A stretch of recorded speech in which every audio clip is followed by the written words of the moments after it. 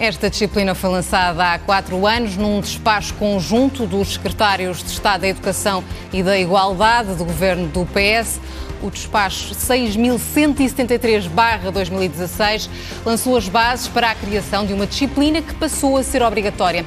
São nossos convidados Sérgio Sousa Pinto, que assinou o manifesto em defesa das liberdades da educação, e Daniel Oliveira, signatário da petição A Cidadania Não É Uma Opção. Muito boa noite aos dois. Boa noite. Sérgio Sousa Pinto, começo por si. Porquê é que, no seu entendimento, as matérias desta disciplina são da responsabilidade da família e não da escola? Não, eu nunca disse semelhante coisa. Mas o manifesto que assinou diz? Não diz nada disso. A escola é muitíssimo importante. Eu, por exemplo, tenho uma dívida extraordinária para com a minha escola. Tive admiráveis professores de português, de filosofia, de história, e tenho uma dívida para com a minha família, tenho uma dívida para com a minha escola. Nunca me ocorreria dizer que a escola não tem responsabilidades. Sou a favor da cidadania. Estamos a falar só das matérias da cidadania e desenvolvimento. Exatamente, sou a favor da cidadania, sou a favor de uma disciplina de cidadania, dentro de certos moldes, que não estes. Então, e passo porque a explicar. assinou o manifesto que atribui um papel fundamental à família em termos de cidadania e desenvolvimento. Se quiser discutir os argumentos dos bispos, convida um bispo. Se quiser discutir os meus, discute os meus. E eu agora gostaria de dar uma ideia do que eu julgo que seria uma cadeira de cidadania. Cá estamos para uma cadeira de cidadania deveria tratar, por exemplo, de explicar o que é a diferença entre a esfera pública e a esfera privada. Explicar o que é a esfera pública enquanto esfera do cidadão. Explicar o que são os direitos e os deveres de cidadania. Explicar o que é a cidadania na rua, no bairro, na cidade e na república. Falar da diferença entre a democracia e a tirania. Qual é a diferença entre um cidadão e um súbdito? O que é o Estado de Direito? O que é o primado da lei? O que é a igualdade de todos os cidadãos perante a lei? Um homem pobre é um homem livre? Um homem pobre é um cidadão? Democracia e representação. Falar do Parlamento. É possível uma democracia sem partidos políticos? Quais são os nossos deveres coletivos? Perante o país, perante a humanidade e perante aqueles que ainda não nasceram. Isto, quanto a mim, são as matérias, algumas que eu esquematizei aqui no caminho para o nosso debate, os direitos fundamentais na Constituição, respeito pela diferença, respeito pela igual dignidade de todos os cidadãos e uma sociedade aberta e pluralista. Isto seriam algumas ideias do que, do meu ponto de vista, devia tratar uma cadeira de cidadania. O que é cidadania? Cidadania vem de civitas, a cidade, o governo da cidade, as questões relacionadas com o governo da cidade. Nós não temos isto. Se fosse isto, eu acho que haveria muito menos controvérsia na sociedade portuguesa sobre a educação cívica dos jovens. O que é que nós temos? Aqui vou-vos pedir que passem então a primeira imagem que eu trouxe. Que o Sérgio nos enviou. Que o Sérgio vos enviou. Precisamente. Não sei se já está no ar ou não. Exatamente. Está neste momento no ar. Então o que é que está diante dos nossos olhos? É o guião de educação, género e cidadania para o segundo ciclo. Ou seja, isto é aquilo que os professores dispõem para dar a cadeira. Tem um guião, as escolas têm grande autonomia e os professores têm, a partir deste guião, de construir a cadeira. A partir deste guião e seguindo este guião. Segundo ciclo. Estamos a falar de miúdos que têm 10 e 11 anos. Aliás, aproveito para manifestar a minha solidariedade também aos professores, porque isto é realmente uma tarefa absolutamente dificílima e que eu sei que eles têm travado uma luta difícil para conseguir digerir esta concepção do que seja a educação para a cidadania. Ora bem, o que é que aqui vem? Podemos passar para a segunda imagem. Introdução. Género, educação, cidadania. O desafio, o grande desafio, de facto. Género e cidadania. De que falamos quando falamos de género? Género como categoria social. A formação da identidade de género. Estereótipos de género. De que falamos quando falamos em cidadania? Que relações entre género e cidadania? Género e currículo. Currículo formal e informal. Poder da linguagem e dos materiais pedagógicos. Género, saberes, competências. Transversalidade do género na intervenção educativa. Construção do género na intervenção pedagógica. Género e percursos escolares. Transversalidade do género nas propostas de intervenção educativa do guião. Género e as práticas... Isto é a parte que eu acho mais interessante, que é bastante divertida. Género e as práticas lúdicas dos tempos livres. As atividades lúdico-motoras e o desenvolvimento dos padrões de comportamento masculino e feminino. Género, história e património. Outra parte fantástica. Género e as personagens na literatura. Isto é o que o Estado português, o Ministério da Educação, esta é a cidadania concreta. A educação para a cidadania que vem no guião. Não sei se isto corresponde à noção de educação para a cidadania que está alojada na cabeça do Daniel Oliveira. Inclui mas esta vai contestar a argumentação. Mas é que as pessoas em casa muitas vezes têm a ideia de que ser contra este modelo de educação para a cidadania, bem, alguns acusam os que se opõem a este modelo de serem trogloditas, extrema-direita, terraplanistas, o que quer que seja. Há lá de tudo. Há de tudo, é verdade. Então pronto. É verdade, e alguns quase se aplicam a todas essas definições. E entre os detratores da cadeira também há cavernícolas de todos os quadrantes. Em todo lado. Cavernícolas de todos os quadrantes. Em todo lado. Portanto, falando de realidades, é isto que está em causa. E eu pergunto se este modelo de educação para a cidadania corresponde efetivamente àquilo que deve ser uma educação para a cidadania. E essa é a questão que o Daniel vai já responder. Eu quando estive a preparar para este debate, estive a ver vários projetos feitos nas escolas sobre ambiente, água, direitos humanos, coisas muito giras, vi coisas mesmo muito giras e devo dizer que fico um pouco triste porque o Sérgio participe na tentativa de transformar isto no anedotário. Lá vem o processo de intenção. Por favor, Sérgio, não tem processo de intenção. Participaste agora, eu não estou a dizer em geral, agora, na tentativa de transformar isto no anedotário.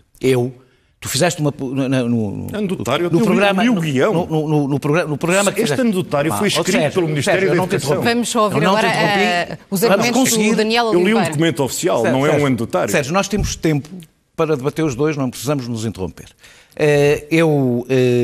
Quando tu apresentaste aqui o teu currículo feito no caminho para cá, para esta disciplina, falaste, por exemplo, é possível ser pobre e cidadão? Eu não sei por que raio é que tiras o género daqui. Eu considero que essa é uma pergunta absolutamente legítima. É possível ser pobre e cidadão? E o género também entra neste debate. E eu não fujo à questão do ambiente, ou seja, grande parte do programa da cidadania não tem a ver com a questão do género, tem a ver com questões estas, ambiente, direitos humanos, questões que são fundamentais hoje e que não se relacionam exclusivamente com a questão do Estado de Direito. Cidadania é mais do que isso. E eu não fujo, isso que tu apresentaste foi feito... Cidadania nem rigor é tudo. É o guia... Filosoficamente é o guia feito pela Comissão para a Igualdade de Género, Exato. Que foi utilizado pelo Ministério da Educação, por acaso foi feito em 2012, no tempo de Nuno Crato, só para que as pessoas não pensem que... Não, só para que as pessoas não pensem que houve aqui imagino que é um ideólogo da ideologia de género, Nuno Crato, um grande representante dessa fase. Eu queria mostrar um exemplo da violência a que as crianças estão sujeitas por causa do debate sobre o género. Foi feito pela Escola Secundária dos Casquilhos, no Barreiro, em 2013, de Casquilhos, acho que é assim que se chama. Em 2013 a disciplina não era obrigatória, mas esta escola manteve a oferta desta área curricular e isto está no site do Ministério da Educação, apresentado às escolas como um exemplo a seguir, exatamente para grande parte das coisas que puseste aí. Se pudéssemos passar o vídeo, agradeço. Penso que neste momento podemos passar o vídeo que o Daniel nos enviou.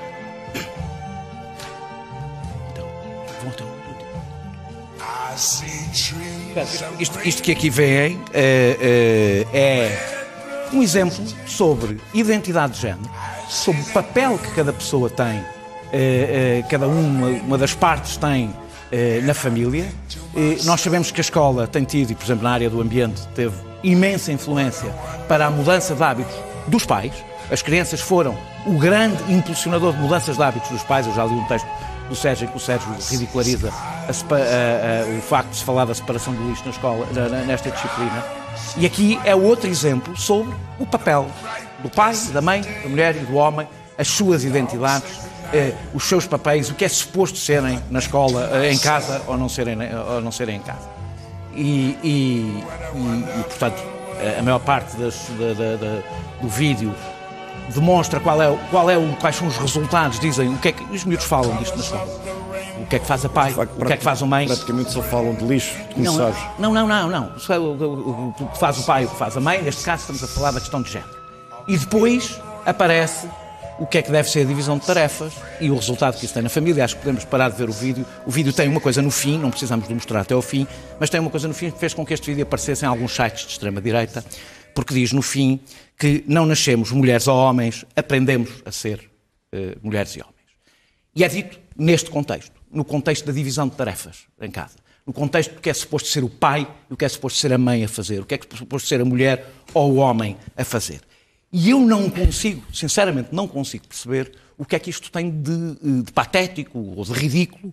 Eu acho que o Estado, a escola, e essa é talvez a minha maior, não sei se é uma discordância que tenho, porque eu ainda não percebi exatamente qual é a posição do Sérgio, porque ali estão posições bastante diferentes naquele abaixo-assinado. Aliás, no que está próprio explícito no abaixo-assinado. Escrevi abundantemente sobre isso. Não, mas é que até fala de religião. O abaixo-assinado de repente fala de religião e não se percebe porquê. E de onde é que aquilo cai, a liberdade de religião cai no debate sobre esta disciplina.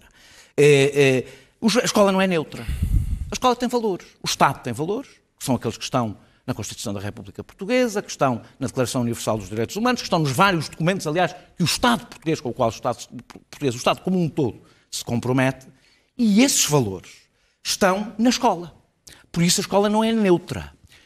A escola não tem partido político, não tem uma ideologia, não tem uma religião, não tem uma estética, não tem uma filosofia, mas tem um conjunto de valores. E seguramente no conjunto de valores da escola estão, entre outros, a igualdade de género, porque ela está plasmada na Constituição, o combate à homofobia, porque ela está plasmado na Constituição, e, portanto, a escola tem o dever de se bater por isso. E o problema é que eu acho que o Sérgio concorda com isto.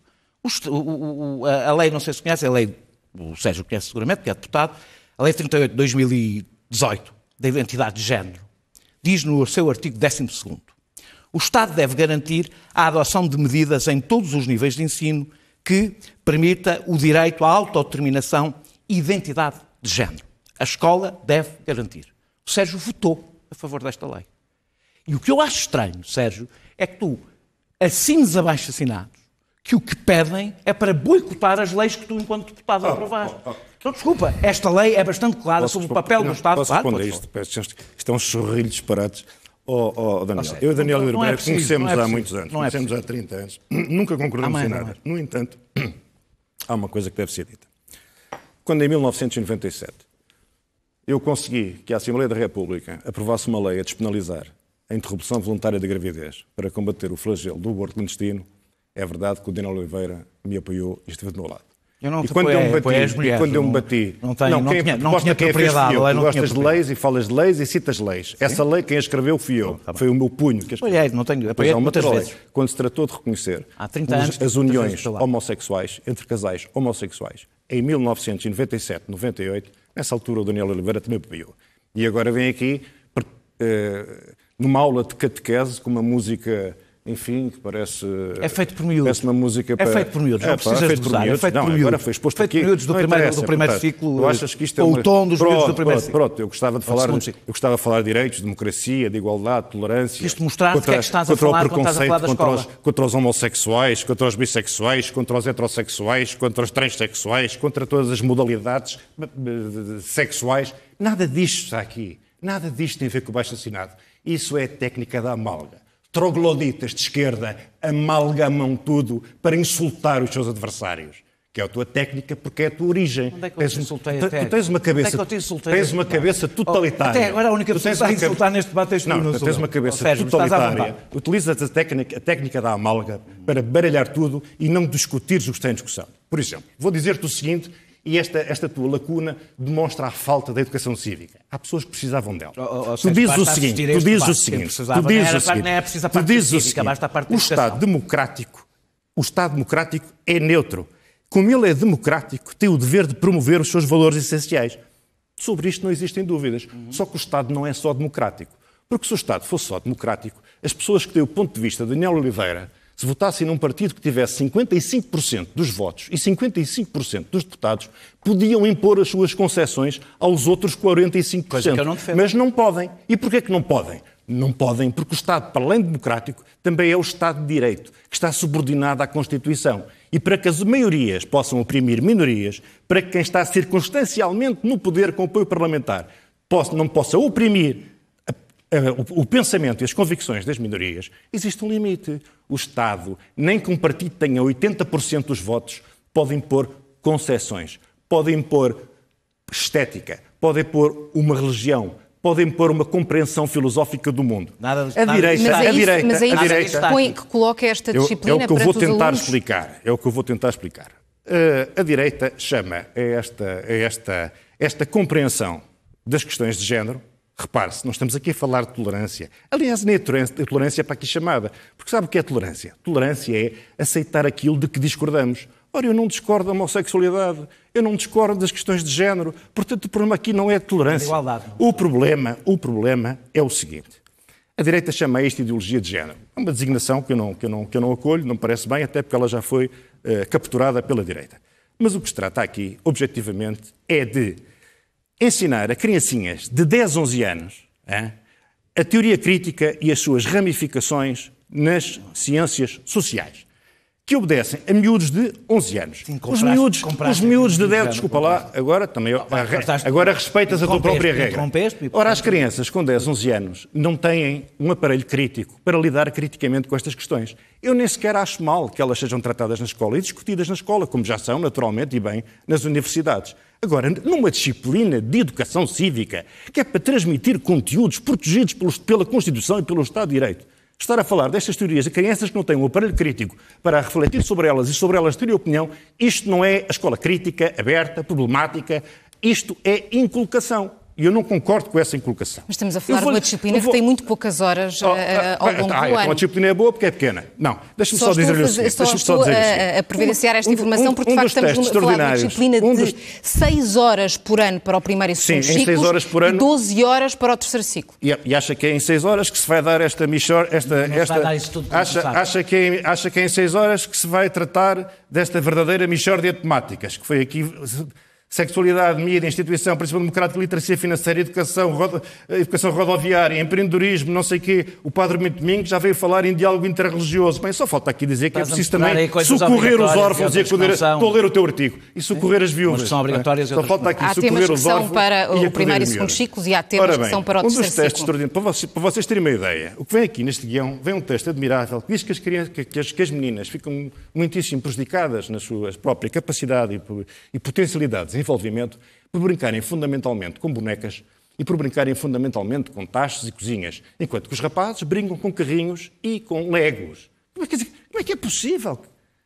Isto é como defender outra vez o geocentrismo. Então, quer dizer, o Sol gira afinal à volta da Terra. São os valores da Constituição. Impingir a crianças de 10, 11 anos estas conceções. Podem debatê-las, podem problematizá-las. É isso mesmo que os meninos podem dizer o que quiserem. Temos de passar ao Daniel Oliveira. Isto, porquê? Porque, de acordo com a teoria crítica, que o Daniel Oliveira e todo o esquerdismo perfilha, a teoria crítica diz que as relações sociais escondem sempre relações de opressão. E nas questões de género, por trás disto tudo, desde a cidadania até às bonecas e aos legos, está sempre a opressão da mulher pelo homem. E é isto que é preciso desconstruir na escola aos 10, 11 anos. Desculpe, eu acho, sinceramente, quando se fala em cidadania, podem chamar a isto o que quiserem. Iniciação ao feminismo, não tenho problema nenhum, eu sou feminista, embora não concordo com a teoria crítica, eu sou feminista. Agora, dizer que isto é educação cívica, mais a separação dos lixos. Sabe porque é que nas escolas se fala de separação de lixos? E sabe porque é que o nosso amigo Daniel Oliveira traz aqui a separação dos lixos? Porque os professores, como não sabem o que fazer com esta cadeira, tentam dar-lhe um sentido útil. Então falam dos lixos, falam do ambiente, falam da terra. É isso que é suposto a cadeira ser exata. Porquê? Porque tu achas que os miúdos... Temos que ouvir o Daniel para isto ficar mais ou menos equitativo em termos de tempo. E eu quero lançar... da educação, os miúdos precisam é disso, separar lixo e tal. A questão da objeção de consciência, Daniel, faz sentido a objeção de consciência falem da Revolução Francesa, falem da liberdade, falem da ditadura, falem do fascismo, falem do Holocausto, não podemos. Falem de assuntos sérios. Por amor de Deus, separar lixo e dizer que quem não concorda com este disparate são trogloditas de extrema-direita. Por amor de Deus. Vou dizer só uma coisa. Até agora, Sérgio, neste momento vamos ouvir falar o Daniel e eu queria ouvi-lo também sobre a questão da objeção da consciência. A única pessoa até agora que utilizou insultos aqui foste tu, não fui eu. Foste tu. Eu não fui buscar nem as tuas origens. Não foste buscar a lei, tens a obrigação de conhecer a lei. Tu és deputado, falei de uma lei que tu aprovaste. E não a aprovaste há 30 anos, aprovaste há 2. Falei de uma lei que tu aprovaste e que diz uma determinada coisa que é contrária ao que tu estás a defender neste momento e foi há 2 anos. Não é nada disso. E foi há 2 anos, és deputado, é normal que não estás habituado a contraditório. Nos teus habituais programas não tens contraditório. Importa haver aqui alguma equidade, as coisas estão muito desniveladas. Eu devo dizer uma coisa, para mim o contraditório é debater argumentos. E eu estou aqui para debater argumentos e é isso que vou continuar a debater. Feito, mas é o que vais começar a fazer agora. Sérgio, não vou baixar, ou seja, eu não consigo perceber se foi porque preparaste pouco o tema e resolveste que a melhor maneira era falar de mim. Eu não quero falar de ti. Eu não quero falar de ti. Estive ao teu lado há 30 anos, com todos os combates. Eu estive ao teu lado, tu estiveste ao lado de outros, porque isto é um combate coletivo. Estive ao teu lado.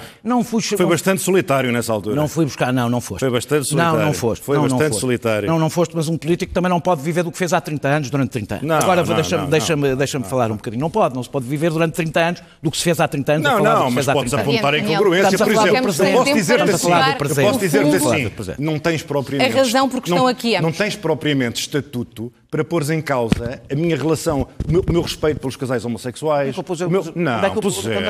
Estamos a desviar-nos muitíssimo do tema que... Então voltemos ao debate. Voltemos, por favor, até porque já estamos quase sem tempo e ainda não conseguimos ouvir alguns dos argumentos. Não conseguimos ouvir nenhum, porque, curiosamente, a única coisa que eu referi aqui do Sérgio foi uma lei que ele votou há 2 anos. Pronto, resumiu-se a isso. Não disse nada sobre o que é que tu achas sobre os homossexuais, nem sobre o que é casado, nem sobre coisas. Qual é o teu artigo? Em relação a esta temática. Não me refiro a ti no meu artigo. Lamento, tenho essa enorme falha de não ter falado de ti no meu artigo. Vamos falar do teu artigo. Agora vou falar eu, se não te importas. O que é que me tinhas perguntado? Em relação à objeção de consciência. Em relação à objeção de consciência. Se faz sentido quando estamos a falar de uma questão curricular. A liberdade de consciência não leva, como se sabe, automaticamente à objeção de consciência. E quando se fala da liberdade de consciência, e fala-se na Lei de Bases da Educação, que é de 1986, penso eu, fala-se para impedir doutrinas políticas, ideológicas, partidárias, religiosas na escola. Como eu julgava que o Sérgio não se tinha convertido à ideologia de género, eu não acho que o combate à homofobia, e eu acho que ele também não acha. Eu até agora eu mantenho a debater aqui, o que vim aqui debater, que não foi nem debater a ti, nem debater a mim, desde o princípio. O combate à homofobia e à igualdade de género não são uma ideologia. Não são uma ideologia. E aquilo que o Sérgio nos pintou aqui... Eu também acho que não. E o Sérgio nos pintou aqui... Eu pus o vídeo, não foi por acaso. Foi para perceber do que é que se está a falar quando se posta doutrinação das crianças com a ideologia, com a teoria crítica. É disto que se está a falar. Não é nada. É disto que se está a falar. Não é nada. É disto que se está a falar. Olha que não, doutor. E a razão porque eu não sou a favor da objeção de consciência neste caso. Imaginem, um destes dias aparecia criacionistas, que são objetores de consciência de que se ensine... Terraplanistas, por exemplo, ou pessoas, por razões religiosas, acham que as meninas não devem ter educação física. Ou, para não pegar nos outros exemplos, pegar do meu lado. Se eu próprio tenho críticas a fazer, minhas, pessoais, políticas, sobre a forma como se ensina o colonialismo e a história da expansão em Portugal, em história. Tenho dúvidas, tenho muitas dúvidas e tenho críticas a fazê-la. Não me passa pela cabeça que vou ser objetor de consciência e a minha filha, por exemplo, já não tem idade, já está na faculdade, mas antes de chegar à faculdade não iria às aulas de História. Claro que iria às aulas de História. E o que eu faço é o que se faz em democracia. Posso debater os conteúdos, posso ter um debate sobre os conteúdos, um debate sobre se aquela é a melhor forma de ensinar a expansão de Portugal e perder esse debate, provavelmente, e, por outro lado, fazer o que é o meu papel de pai. E o meu papel de pai não é capturar a minha filha e ela, os únicos valores que recebe são os meus, é saber que a minha filha recebe influências de muitos lados, da escola, dos amigos, de outras pessoas, da televisão, do que vê nas redes sociais e de mim, e eu faço o debate com a minha filha sobre a forma como aquilo é ensinado. E por isso é que eu acho que a objeção de consciência é uma fuga. É uma fuga para um debate. Eu acho que esta disciplina deve existir.